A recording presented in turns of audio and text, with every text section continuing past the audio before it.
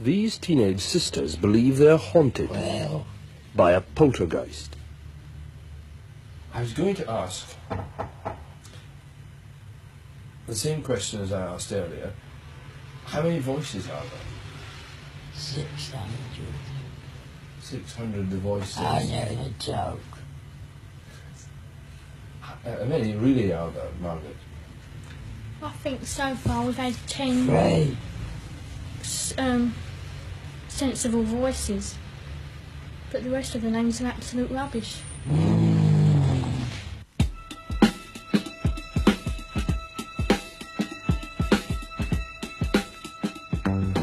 11-year-old Janet Hodgson appears to be the focus of many of the strange happenings in Green Street.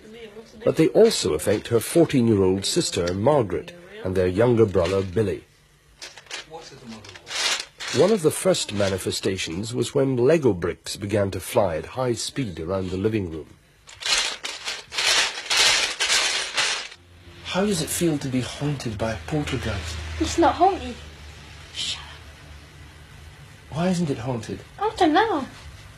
Does it frighten you, the things that happen here? Oh, well, it did first, but now I've got more used to it, and you learn to accept the things that happen. It slung covered at Mum, my idiot Mum.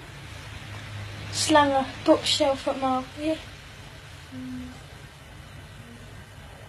Have you tried telling it to go away? Yes, Yeah, many no times. answer, nothing. And what does it reply? No, it won't. It'll stay another 6-7 years. The local police could find no explanation for the knocking either. They were even more baffled when two of their beat constables reported seeing an armchair levitate across the Hodgsons' living room.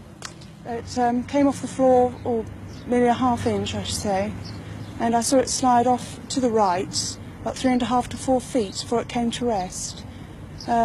I checked to see whether or not it could possibly have slid along the floor. I placed a marble on the floor to see whether or not the marble would go in the same direction as the chair did, and it didn't roll at all. I checked for wires under the cushion of the chair, and I could find no explanation at all.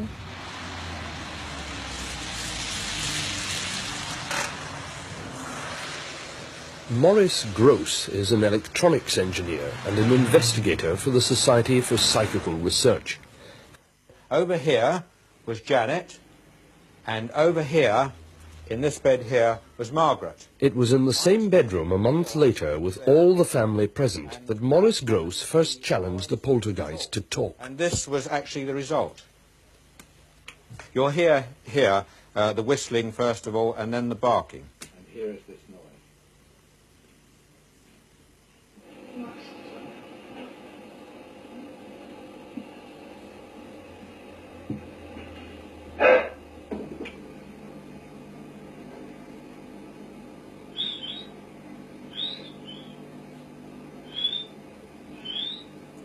The barking here is quite extraordinary, actually.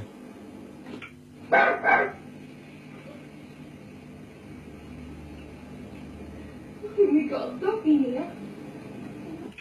I then said to it, I then, as I said on the tape here, I then said to it, if you can whistle and bark and groan, then you can talk. And I asked it to actually say my name. Well, just a minute. Right, we'll try again. I want you to call out my name. My complete name. Maurice Gross. See if you can do that.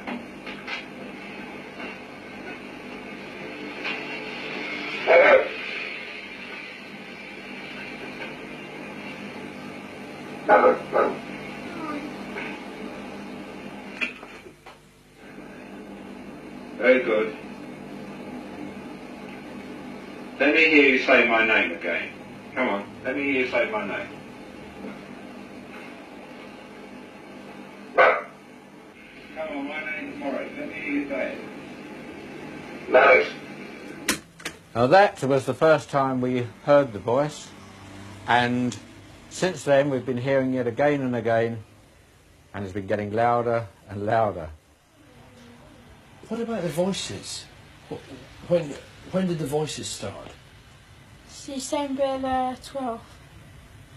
December the 12th. Yes. And how did this start? Well, one night Mr. Grove was talking about it about 8:30. He said, all we need now is the voices to talk.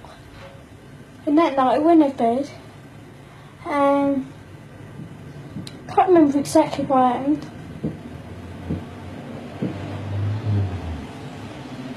And What's that knocking?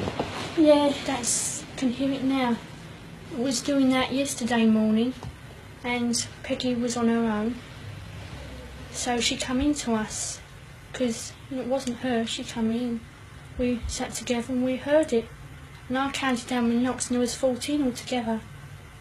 And it's doing it again now. That was 3 knocks just now. Yes, it goes in 3s and 2s. how we first got contacted, this was when Mr. Grove said, if there's anyone there, knock twice with yes, and if not, one for no. I wonder if we did that now, whether it would answer. Is anybody there?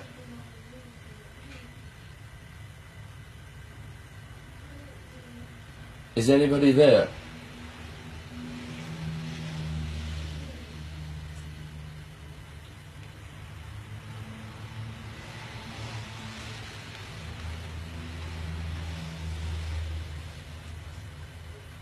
Nothing.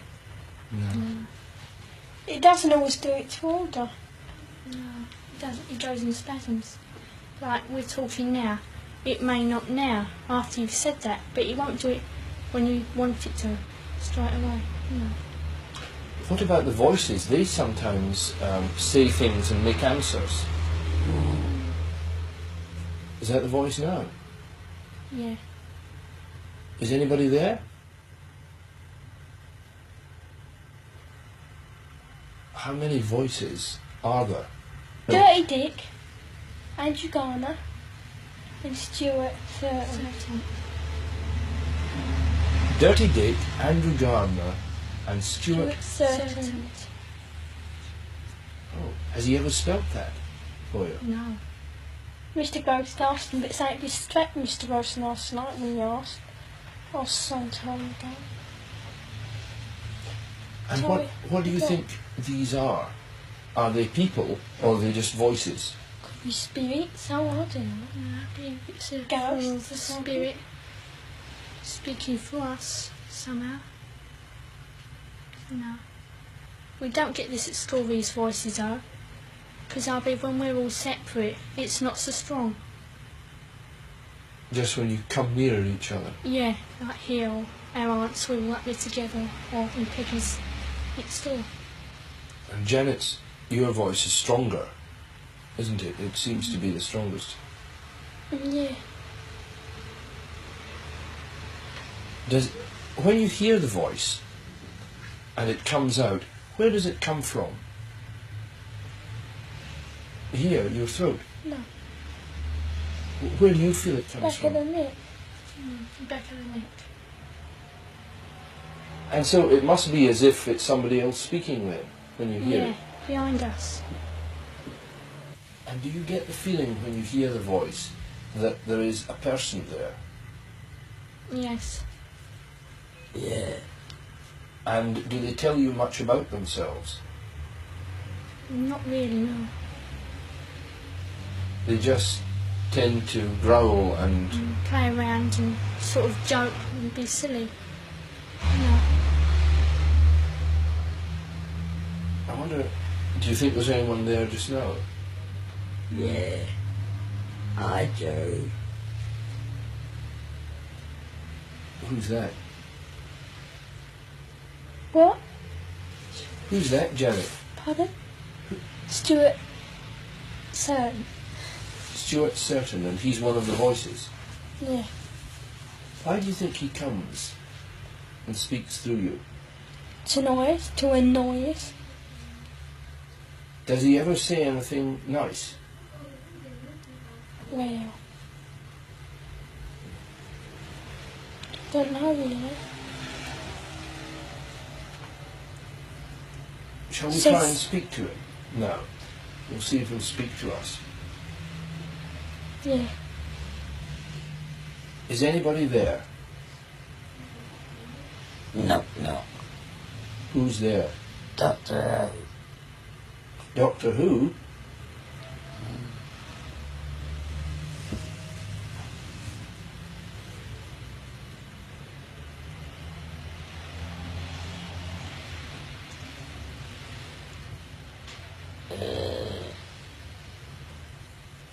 Goose Chasers here. Mr. Gross, a lot of people, hearing these voices produced by the children, will simply say that they are very good ventriloquists and that this is all a hoax. How would you react to that? Certainly not.